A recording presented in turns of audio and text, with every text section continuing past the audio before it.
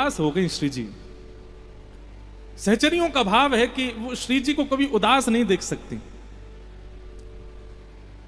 सब सखियां गईं और जाकर के श्री जी से निवेदन करने लगी, हे स्वामिनी जी, आपके शोक को कारण कहा है? आज आपको मुखमंडल, आपको मुख कमल इतना मुरझा क्यों रहे हो है? कहा कोई कष्ट है? आज्ञा करो श्री जी। हमारी श्री जी को मुख भी यदि नेक भी कष्ट में आ जाए तो ललिता विशाखा 33 करोड़ देवतान की पूरी मीटिंग बैठा लें। कौन ने किया अपराध? हमारी श्री जी आज कष्ट में बैठी हैं। हे सूर्य, तेने कहीं ज्यादा तपन तो नहीं कर दियो? हे ब्यार, तेने कहीं आज ज्यादा ठंडी हवा तो नहीं बहा दी? हे जल, तू आज कहीं उष्ण तो नहीं है गयो? सबकी खैर नहीं महाराज, अगर श्री जी हमारी शोक में आ गई तो। ललिता विशाखा ने पकड़े 33 कोटि देवता बैठा दिए सबरे वृंदावन में, बोले आज हमारी श्री जी शोक में क्यों है? सब 33 कोटि देवता थर थर कांप रहे हैं, बोले हमने कोई अपराध नहीं किया है, श्री जी से ही पूछो उनके हृदय को कहा भाव है।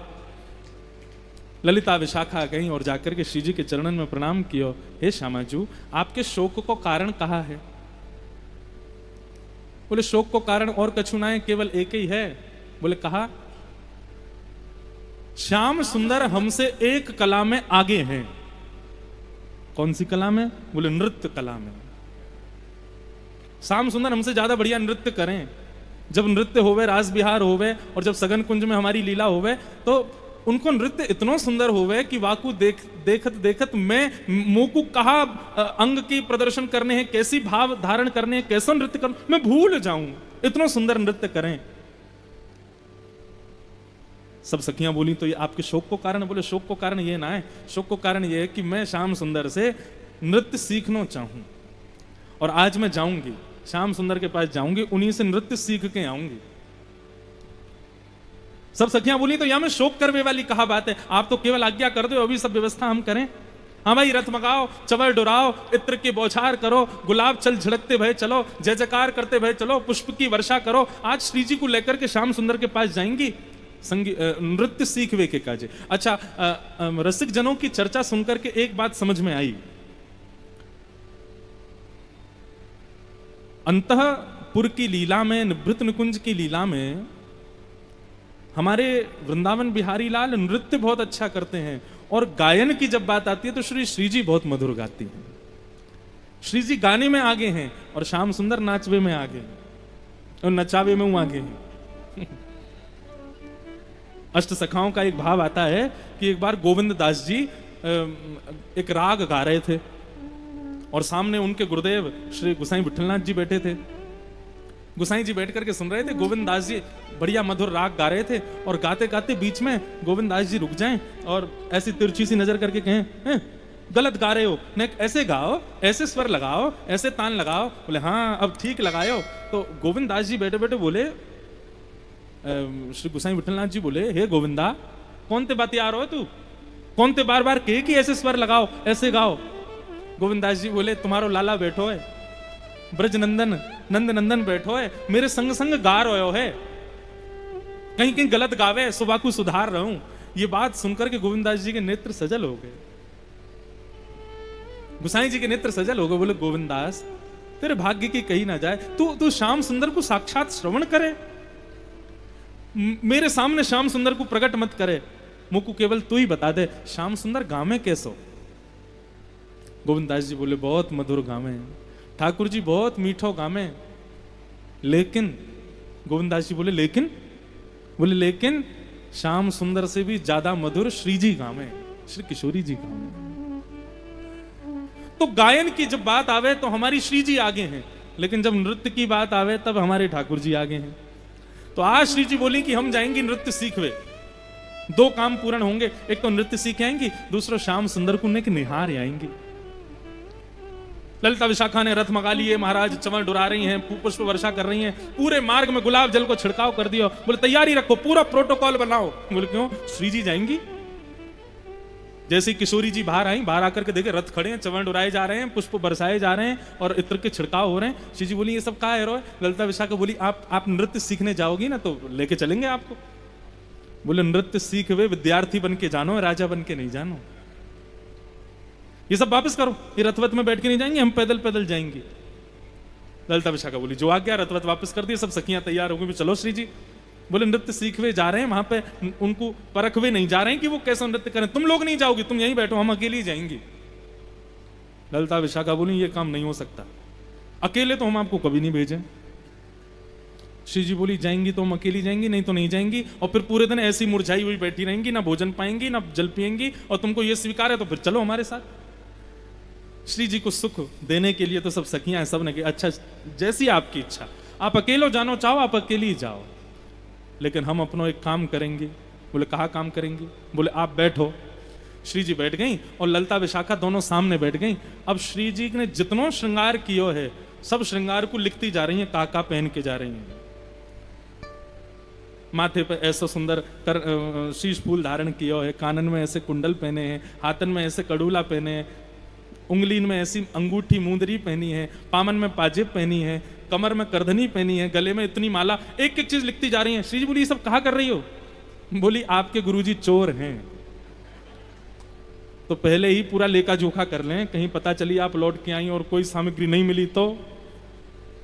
श्री जी बोली तुम लोग नहीं सुधरोगे, तुम्हारी दृष्टि बड़ी बड़ी बेकार है, तुम हमारे श्याम सुंदर को समझ ही नहीं पाई हो। ललिता विशाखा बोली हम बहुत बड़ी भांति जाने भाई, जन्म जन्म को चोर है, ने 100 बामन बन के गयो बलि के यहाँ, और बोलो 3 पग जमीन चाहिए, और जैसे ही संकल्प भयो सोई विराट है गयो, 2 पग में तीनों लोग नाप लिए। यहां से तो सावधानी, आप तो श्री जी भोली हो बड़ी, ऐसी चली जाओगी, हमको पूरा काम करन दो। पूरा लिख लियो महाराज, माथे पे ये पहनो, कानन में ये पहने, गले में इतने हार पहने, हाथन में कड़ूला पहने, पैरन में पाछे पहनी, कोंदनी पहनी, मुंदरी पहनी है, और सब जब बिल्कुल लिख लियो, बोले अब आप जाओ।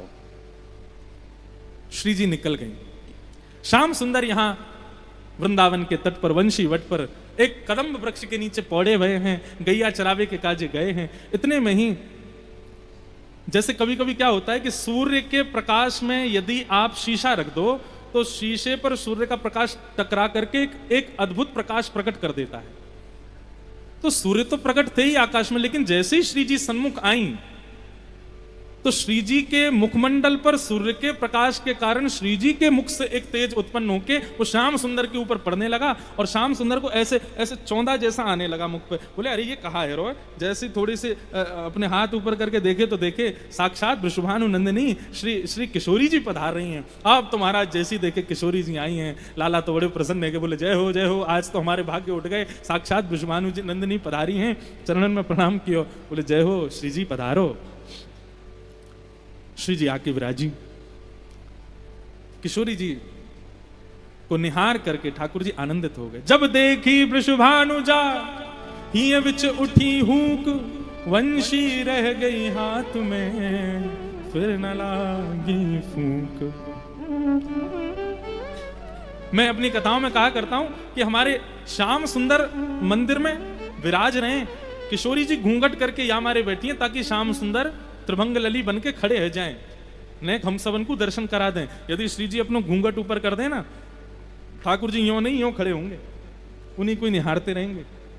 ऐसे चकोर हैं श्री राधा मुख चंद्र चकोर, जय जय देव हरे। ठाकुर जी बोले श्री जी आप कैसे पधारी आज, मुंह पे कृपा कैसे भई? बोले हम आपसे नृत्य सीखवे आई हैं। बोले अच्छा हमसे नृत्य सीखवे आई हो आज? बोले हाँ, आप हमको नृत्य करना सिखाओ। अरे श्यामा जी कोई कमी थोड़ी, आप तो इतना बढ़िया नृत्य करो, पर हमसे सीखवे काई को आई हो? बोले नहीं नहीं नहीं, आप जैसा नृत्य करना, ब्रजभाषा समझ आ रही है ना, मुझे आप जैसा नृत्य करना है। ठाकुर जी बोले 3 बातों को ध्यान रखियो। पहली बात, जैसो गुरु बतावे वैसो पालन करियो।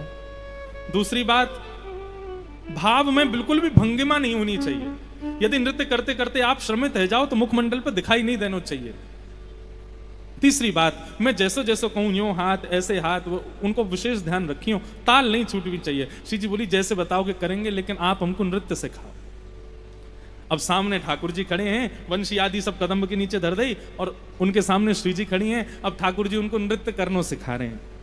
हो बन नाचे नटनी को आली नंद को किशोर, बन नाचे नटनी को आली नंद को किशोर, बन नाचे नटनी को वाली नंद को किशोर, बन नाचे नटनी को वाली नंद को किशोर। ओ राधे जगत नचायो तेरी बोह की मरोड़, राधे जगत नचायो तेरी बोह की मरोड़। ओ राधे जगत नचायो तेरी बोह की मरोड़, राधे जगत नचायो तेरी भाव से मरोड़। ओ बन नाचे नटनी को वाली नंद को किशोर, बन नाचे नटनी को वाली नंद को किशोर। नंद नंदन नृत्य कर रहे हैं और सामने श्यामा जी नृत्य कर रही हैं।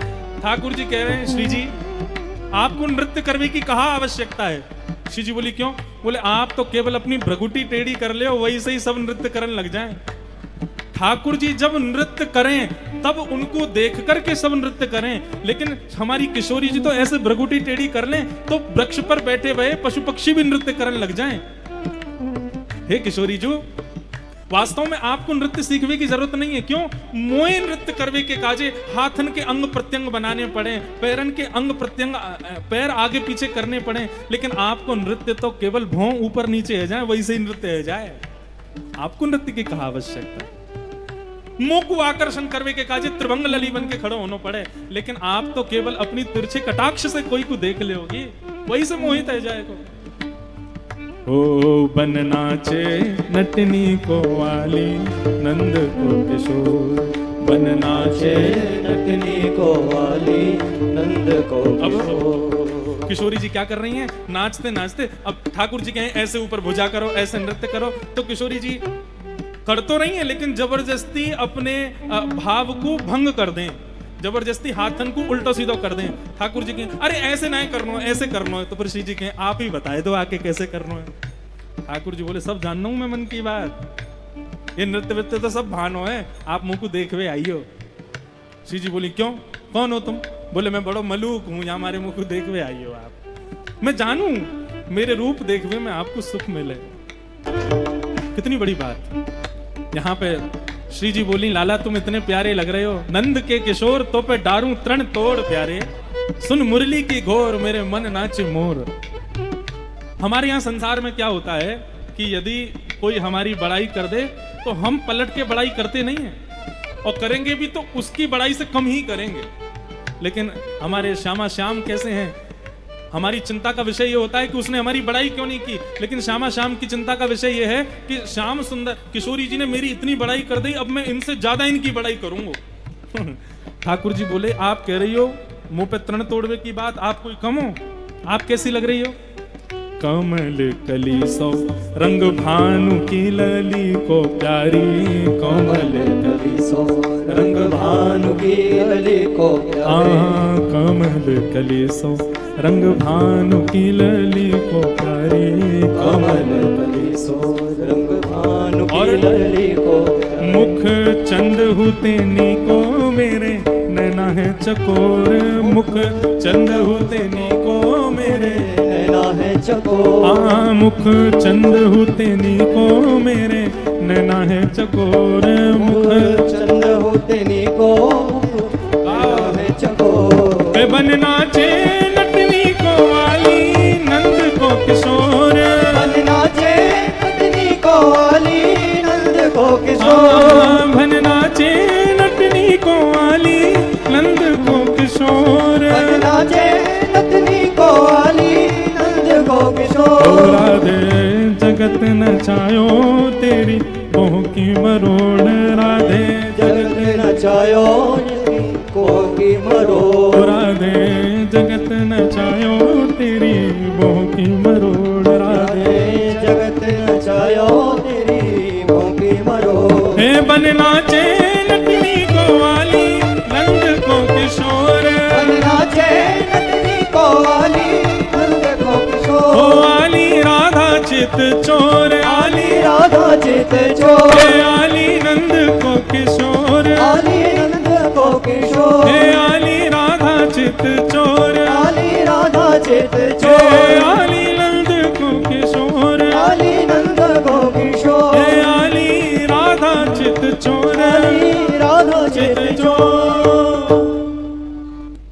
होने लगा। अब तो महाराज नृत्य भयो और जो किशोरी जी जिस भाव से गई वो भाव पूर्ण हुआ।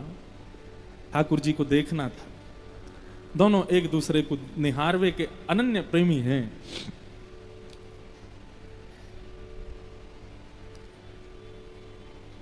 शाम को समय भयो, नृत्य करते करते दोनों विराज गए। अब श्यामा जी बोली, लाल जी अब साय है गई, अब मैं जाऊं, बाबा बाट निहार रहे होंगे, मैया बाट निहार रही होंगी, सब सखी बैठी होंगी चिंता में, तो अब मेरो जावे को समय आ गयो, अब मैं जाऊं।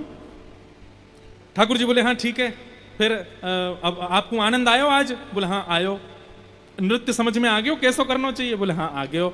तो ठीक है फिर, तो किशोरी जी बोली ठीक है लाला फिर मिलेंगे, अभी मैं चलूं। ठाकुर जी मनी मन सोचने लगे, ऐसे ही जा रही हैं, कछु दे के ना जा रही हैं? एक तो ट्यूशन भी पढ़ लियो, ऊपर से कछु दियो भी नहीं हैं, पूरा नृत्य सीख लियो और कछु दे क्यों नहीं जा रही? ठाकुर जी ने एक दो बार संकेत किया, लेकिन किशोरी जी बोली अच्छा ठीक है लाला मैं चलूं। जैसे ही ठाकुर जी जान लगे, जैसे ही किशोरी जी जान लगी, तो ठाकुर जी बोले ऐसे काम नहीं चले, नंद नंदन है, हम यशोदा के लाला हैं, कोई को कछु दियो है, बिना लिए कछु देने को हमारा स्वभाव ना है। तो भैया ब्रज की रीति है, कोई प्रेम से दे दे, राजी राजी दे दे तो बहुत बढ़िया, नहीं तो गैर राजी लेनो भी आवे। जैसे ही श्यामा जी जान लगी, सोई ठाकुर जी गए, गले में गलवैया डाल ली और गलवैया डाल करके बोली श्री जी देखो ना आज वन कितना सुंदर लग रहे हो है, देखो वो पशु पक्षी कितने प्यारे लग रहे हैं, आपने तितली देखी, तितली कितनी मधुर लग रही है। श्री जी बोली ये तो हम रोज ही देखें, या में कौन सी बड़ी बात है? नहीं नहीं आज कछु विशेष है, आज देखो आप देखो वह वृक्ष के ऊपर एक नीलमणि जैसो एक तोता बैठो है, नीलमणि जैसो चमक रहो है। श्री जी बोली कहाँ है? बोले देखो वो सामने बैठो, मेरी उंगली की सोच में सीधे देखो। श्री जी बोली वहीं देख रही हूँ, मुंह को तो कोई दिखना ही रहो। बोले ऐसे ना देखो, अपनो हाथ दो। श्री जी को हाथ पकड़ के बोले देखो वो बैठो है। अब हाथ पकड़ के ठाकुर जी ने, हाथ में मुंदरी है थी, सो मुंदरी को न्यों निकाल करके और अपनी जिम्मे दे दो वो बैठो। श्री जी बोली मुंह को तो कोई दिखना रहो। बोले अब तो उड़ गए हो, फुर रह गए हो, अब तो मुंदरी निकाल के धल ली जेब में। और इतने में ठाकुर जी ने गलवैया हटाई। ठीक है श्री जी, श्यामाजू फिर कृपा करियो, हम तो तैयार बैठे हैं, सिखावे के काजे, जब आओगी तब सिखा देंगे। बोरी भारी हमारी श्यामाजू चली गई। जैसे ही पहुंची महाराज अपने कुंज में, ललिता विशाखा आदि सब सखियां वहीं खड़ी दूर से निहार रही हैं। गुलाब जल का पेय बना करके लाई है, तुरंत चरणों में डाला है, रज पहुंचने लगी। सुंदर सुंदर पेय पदार्थ ला करके, फल ला करके, श्री जी को कोई श्रम तो नहीं हो गया। श्री जी आप मंगल तो है ना। धूप नैवेद्य करने लगी, आरती करने लगी, नजर उतारने लगी, बलैया लेने लगी, सिंहासन पर बिठाए चमर डुराने लगी, पंखा करने लगी, मोरछल दिखाने लगी। श्री जी बोली हाँ आज तो बड़ो आनंद आयो, बड़ो सुख मिलो। ललिता बोली विशाखा पत्र लेके आ, सवेरे जो लिखो का वो सब गिनती करो। श्री जी बोली तुम बड़ी बड़ी बेकार हो, श्याम सुंदर पे बड़ो संदेह करो, हमारे श्याम सुंदर ऐसे ना है। बोले तुम्हारे काजे ना होंगे, हमारे काजे तो हैं। हम तो पहले पूरा लेखा जोखा देखें, जैसी सवेरे गई वैसी आई हो कि नहीं। माथे के श्रृंगार दिख रहे हैं, कानन के कुंडल हैं ही हैं, गले की माला भी है, करधनी भी है, पाजेब भी, कड़ूला भी है। हाथन की अंगूठी देखी तो इतने में एक हाथ में 3, एक में 2। किशोरी जी मुंदरी कहां गई आपकी? बोले पता ना, वो तो यहीं हती हाथ में। बोले हम आपसे पहले ही कह रहे हैं, बोले ये नंद को छोरा जो है का 1 नंबर को चोर है, और ये मुफ्त में कछु सिखाई ना सके। आप नृत्य सीखवे गई ना, यही मारे माने धल रही है अपने पास। श्री जी बोली तुम लोगों को स्वभाव बड़ो बेकार है, ऐसे संशय ना करना चाहिए, हमारे श्याम सुंदर ऐसे नहीं। बोले वो ऐसे ही है। और सुनो अब आप जाके पहुंच जाओ, आराम करो, कल हम जाएंगी नृत्य सीखवे, हम भी तो देखें कैसे नृत्य सिखावे। दूसरे दिन ललिता विशाखा आदि सब सखियां पहुंच गई, नंद नंदन अपनी गैया चरा रहे। दूर से ही ठाकुर जी ने देख ली कि श्री जी की सखी आई हैं। ठाकुर जी समझ गए, बोले जरूर इन लोगों ने पता चल गई है। सब सखियां आकर के खड़ी हो गई और ऐसे देखने लगी ठाकुर जी को। ठाकुर जी बोले कहा है? बोले दे दो। ठाकुर जी बोले मुंह पे ना है। पकड़ी गई चोरी, कहा ना है तुम्हारे पास? बोले जो तुम मांग रही हो वो मुंह पे ना है। कहां मांग रही हो? बोले मुंह का पे तो कहां मांग रही हो? तो तुमने यूं कैसे कही कि मुंह पे ना है? बोले तुमने भी तो कही दे दो। विशाखा बोली ऐसे काम नहीं चलेगा, हमारी श्री जी की मुंदरी चोरी है गई है, आपने धरी है अपने पास। बोले मुंदरी ना चुरा में, हम तो तुम्हारी श्री जी चुरा लेंगे काउ दिना। और हमारे अष्ट सखा तो गाते भी हैं, हरिलीनी वृषभानु भवन ते। ठाकुर जी ने मुंदरी थोड़ी चुराई है, तो कहा चुरायो, हरिलीनी वृषभानु भवन ते नंद सुवन की जोड़ी। अरे मुंदरी वृद्धिन तक काम ना चले, हम तो ब्रज के सबसे बड़े रत्न को चुरा चुके हैं। वो ब्रज को रत्न कौन है?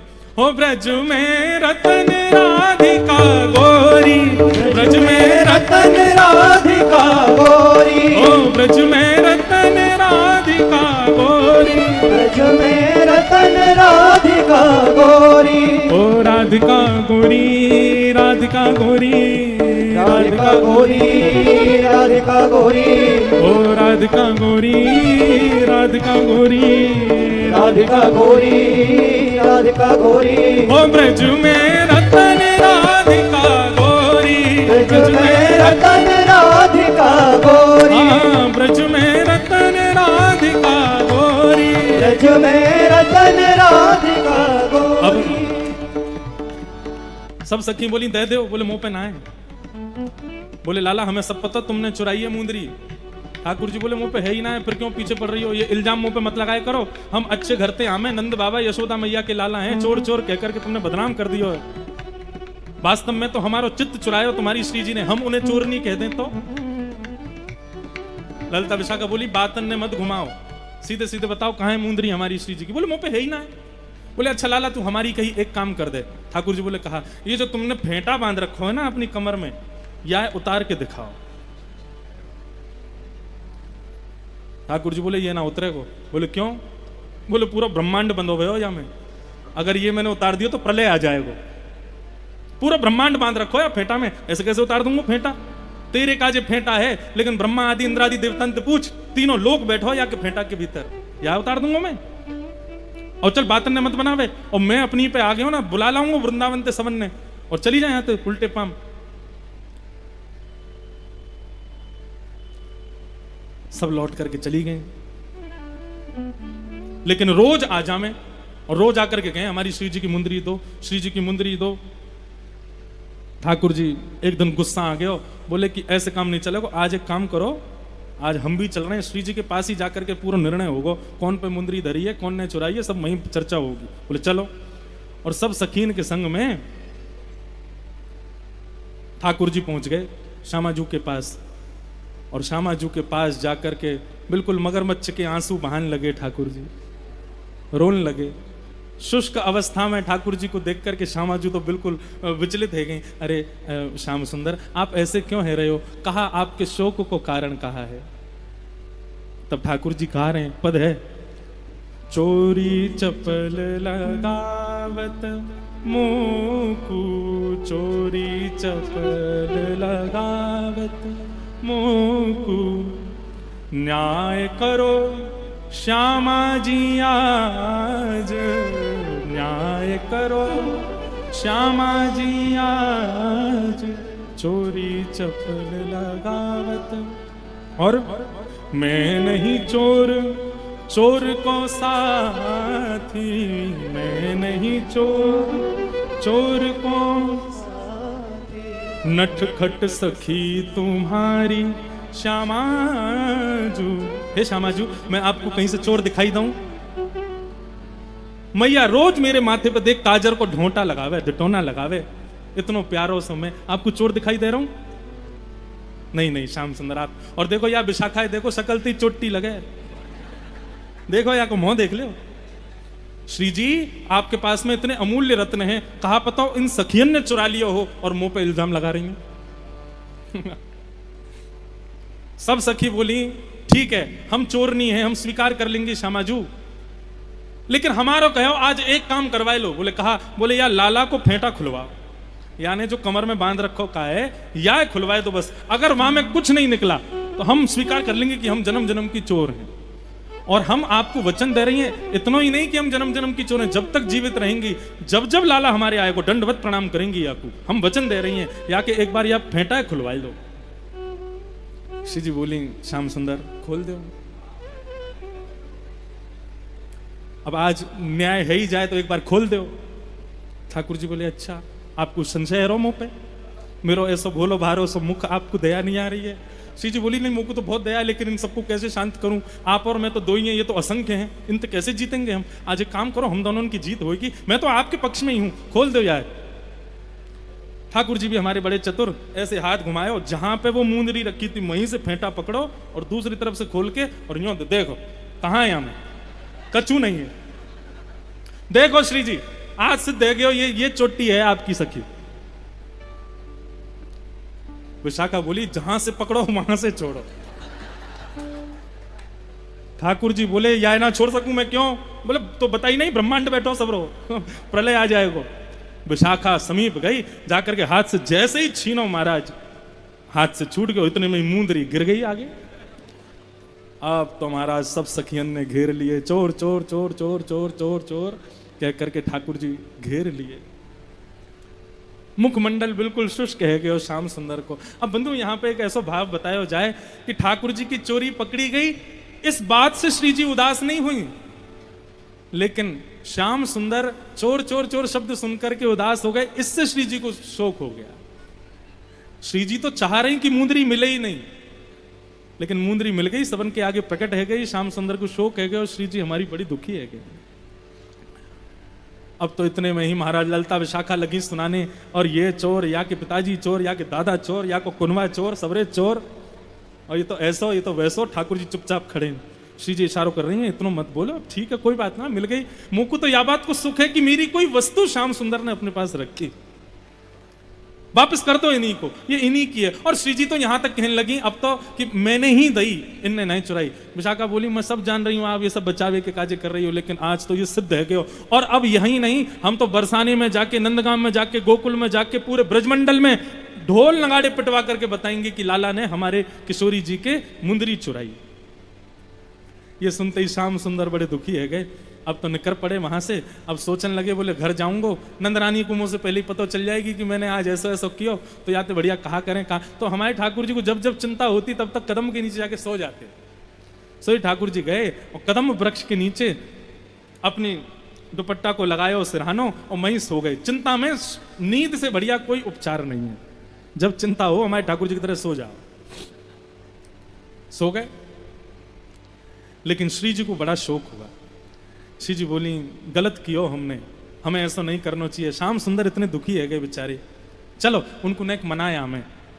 ललता विशाखा मान गई, बोले ठीक है चलो मनावे चलें। जैसी मनावे के काजे जान लगी, इतने में कहा देखो यमुना के तट पर बढ़िया कदम के नीचे, वहां तो श्याम सुंदर पौड़े भये हैं, ऐसे सुकुमार नंद नंदन पौड़े भये, देख करके श्यामाजू रीझ गए, इतने प्यारे लग रहे हैं, मध्यम मध्यम खर्राटे और ले रहे हैं, ऐसे मधुर श्रृंगार में ठाकुर जी। लेकिन इतने में ललता विशाखा को एक लीला सूझी, अरे अरे देखो देखो नंद नंदन सो रहे हैं, गहरी नींद में सो रहे हैं, बढ़िया मौका है। बोले कहाँ मौका है? इतने में समीप गई, एक ने गले की माला निकाली, हाथन के कड़ूला निकाल लिए, बंसी उतार ली, पामन के पाजेब उतार के सबरो श्रृंगार चुरा लियो ठाकुर जी को, और चुरा करके सब चली गई। ठाकुर जी की शाम को अंगड़ाई भरी महाराज, आंख खुली, जैसे ही आंख खुल करके अपनी बंशी ढूंढी तो बंशी नहीं मिले, पामन में पाजेब नहीं, हाथन में कड़ूला नहीं, बाजू बंद नहीं, सबरे श्रृंगार सब चोरी है गए, लुट गए ठाकुर जी तो पूरे। ठाकुर जी बोले राम राम राम राम, ये मेरे संग कहा कियो, ये जरूर ललता विशाखा की सबरी हरकतें। सोई ठाकुर जी तो पहुंच गए श्री जी के कुंज में, ललता विशाखा खड़ी बाहर, कहो कैसे आए? ठाकुर जी बोले दे दे। ललता बोली मुंह पे ना, बोले कहां ना है? बोले जो तुम मांग रहे हो। बोले तो फिर कैसे पता तो कि मैं कछु मांग रहा हूं, और तेने कैसे कह दी मुंह पे ना? सही सही सही बता, जल्दी दे दे अब मुंह को, देख अच्छो ना लगे। यशोदा में जैसे तू रोज गिनती करे ना श्री जी की, ऐसी हमारी यशोदा जी भी गिनती करें, लाला कहा छोड़ के आयो, कहा उतार के आयो, कहा खो के आयो, और जादना मुंह को मेरो कोई श्रृंगार खो जाए, यशोदा मैया माखन मिश्री ना दे मुंह को, चल अब जल्दी कर मेरो श्रृंगार वापस लौटा दे। ललता बोली तुमने तो छुपायो कि श्रृंगार तुम्हारे पास है, लेकिन हम बता रही हैं हमारे पास है, और यदि तुम नंद जी के लाला हो तो लेके दिखाओ। ठाकुर जी बोले अच्छा, एक तो चोरी ऊपर से सीना चोरी, याद रखियो तू कौन ते पंगा ले रही है ना, विचार कर लियो। बोले हमें सब पता, हम कहा कर रही हैं, अब तो आप आओ आकर के लेके दिखाओ। इतने में श्याम सुंदर गए, और श्याम सुंदर जाकर के एक विहरणी गोपी का रूप धारण किया, एक गोपी का रूप धारण किया, विरह से आतुर, हाँ श्याम सुंदर, हे नाथ, हे श्याम सुंदर, ऐसे कहते कहते कहते कहते कहते कहते कभी यहाँ गिरे, कभी वहां गिरे, कभी कहीं गिरे, कभी कोई के सिर पर कोई के कंधा पे अपना सिर रख के रोमे, कभी कोई वृक्ष के नीचे खड़े होकर रोमे। कोई पूछे अरे गोपी कहाँ भयो, बोले मैं श्याम सुंदर की विहरणी हूँ, उनके दर्शन के विरह में व्याप्त है गई हूँ। अरे कोई श्याम सुंदर को दर्शन कराए दो, है कोई और नहीं, स्वयं श्याम सुंदर ही है। और रोते रोते जैसी ललिता विशाखा के सामने गए, ललिता विशाखा ने जैसी देखी, अरे राम राम राम, या को विरह देखो कितना भयंकर विरह, यदि या को श्याम सुंदर के दर्शन नहीं भये तो या के तो प्राण ही निकल जाएंगे। किशोरी जी से जाकर के कही, बोले एक विरहणी गोपी आई है, श्याम सुंदर के दर्शन के काजे खड़ी है, लेकिन श्याम सुंदर के पास कैसे जाएं, उनसे तो हमारी अभी चल रही है, उनको कैसे लामे। किशोरी जी बोली तो फिर कहा करें, वाके तो प्राण निकल जाएंगे। तो सब गोपियां मन में विचार करने लगी, बोले हे श्यामाजू, यदि आपकी आज्ञा हो तो लाला को सबरो श्रृंगार धरो हमारे पास, हम आपको श्रृंगार कर दें, आपको श्याम सुंदर बना दें आज, और आप श्याम सुंदर बन के वह गोपी के सामने जाकर के वाके विरह को दूर कर दो। हाँ हाँ। और सब सखियों ने प्रिया को श्रृंगार बनावे सब मिल, प्रिया को श्रृंगार बनावे सब मिल, कोमल कर कुसुमन कचगूथत, कोमल कर कुसुमन कचगूथत, आड़ रचित सचो पावे सब मिल, प्रिया को श्रृंगार बनावे सब मिल। ऐसो श्रृंगार कियो श्यामाजू को, जैसे ही श्यामाजू को श्रृंगार भयो, ललिता विशाखा मूर्छा अवस्था में आ गई श्री जी को देख करके। श्री जी के श्रृंगार में तो सुंदर लगे, लेकिन श्री जी जब श्याम सुंदर को श्रृंगार कर लें तो स्थिति यह हो जाए कि ललिता विशाखा भी मूर्छा में आ जाए। यमुना जल को छिड़काव कियो, तब ललिता विशाखा होश में आई। ठाकुर जी श्री जी को दर्शन कियो, श्याम सुंदर हमारे ब्रज में तो कहें, हे नंद लाला तुमने बड़ी कृपा करी जो तुम लाला बन के आए हो, यदि लाली बन के आते तो गले कट जाते करोड़न के, और हमारी श्री जी श्याम सुंदर बन गई हैं, तो सोचो क्या स्थिति हो रही होगी। ललिता विशाखा की तो ये स्थिति की मूर्छा आती है फिर उठ जाती है, लेकिन बाकी की स्थितियां तो, बाकी की सखियों की स्थितियां तो ऐसी कि मूर्छा हो गई, दिनों तक मूर्छा उनकी टूटी नहीं। ऐसी स्थिति में श्याम सुंदर जैसा मुकुट, श्याम सुंदर जैसे कानन में कुंडल, श्याम सुंदर जैसी चाल, श्याम सुंदर जैसी वंशी, पूरा श्रृंगार श्याम सुंदर को करके जैसे ही श्री किशोरी जी बाहर आई हैं, ललिता विशाखा की तो छोड़ो, सामने बैठे हुए विहरणी गोपी के रूप में जब श्याम सुंदर ने अपने श्रृंगार में किशोरी जी को देखो, वे भी मूर्छित गए, वे भी मूर्छा में आ गए। अब जैसी मूर्छा भाई, ललिता विशाखा से किशोरी जी ने कही जल्दी जाओ या गोपी को उठा करके लाओ मेरी गोदी में, या को पढ़ाओ, अरे कहीं प्राण ना निकल जाए आके। ललिता विशाखा गई, ठाकुर जी को उठा करके गोपी के रूप में है किशोरी जी की गोद में लेटाई दियो। अब किशोरी जी अपने हाथ से सहला रही हैं, किशोरी जी अपने हाथ से यमुना जल को छिड़काव कर रही हैं। ऐसे में जैसे ही होश में आए, जैसे ही किशोरी जी की गोद में स्वयं को पाए, फिर मूर्छित है गए। अब तो जब जब आंख खुले बार बार मूर्छित हो जाए। जैसे तैसे ठाकुर जी ने अपने आप को संभालो, और संभाल करके ठाकुर जी ने लीला को स्मरण किया, बोले अरे लीला चल रही है, अपना श्रृंगार वापस ले लो। इतने में ही गोपी जैसी जल को छिड़काव करे, श्याम सुंदर होश में आए, होश में आकर के किशोरी जी की गोद में स्वयं को पायो। इतने में ही जल्दी जल्दी तुरंत उठ करके शीश फूल निकाल लियो, गले की माला उतार ली, महाराज कानन के कुंडल, हाथन के कड़ूला, बंशी लेके तुरंत भागे ठाकुर जी। बोले आइंदा ऐसा मत करियो, तू जाने ना है नंद के लाला हैं हम। वास्तव में ठाकुर जी ने कोई मुंदरी थोड़ी चुराई है, ऐसी लाल जी की अद्भुत लीला। लेकिन बंधुओं एक बात तो माननी पड़ेगी, हमारी श्यामाजू बड़ी भोरी हैं, बड़ी सीधी हैं हमारी श्यामाजू। और वह भाव को दर्शन हमारे वृंदावन के श्री रसिक जन करामे कि एक बार कहा भयो, श्री ठाकुर जी और श्यामाजू दोनों लीला कर रहे। अच्छा देखो कैसी मधुर लीला। प्रेम प्रेम बंधुओं संसार में है ही नहीं। संसार के लोग प्यार करते हैं, क्या करते हैं? ठाकुर जी से प्यार कभी होता नहीं है, ठाकुर जी से प्रेम होता है। और प्रेम संसार से कभी नहीं होता, केवल ठाकुर जी से होता है। प्रेम स्वरूपम, प्रेम का स्वरूप क्या है? तत् सुखे सुखित्वम। संसार का प्रेम कैसा? मम सुखे सुखित्वम, जिसमें मुझे अच्छा लगता है तुमको भी वही अच्छा लगना चाहिए।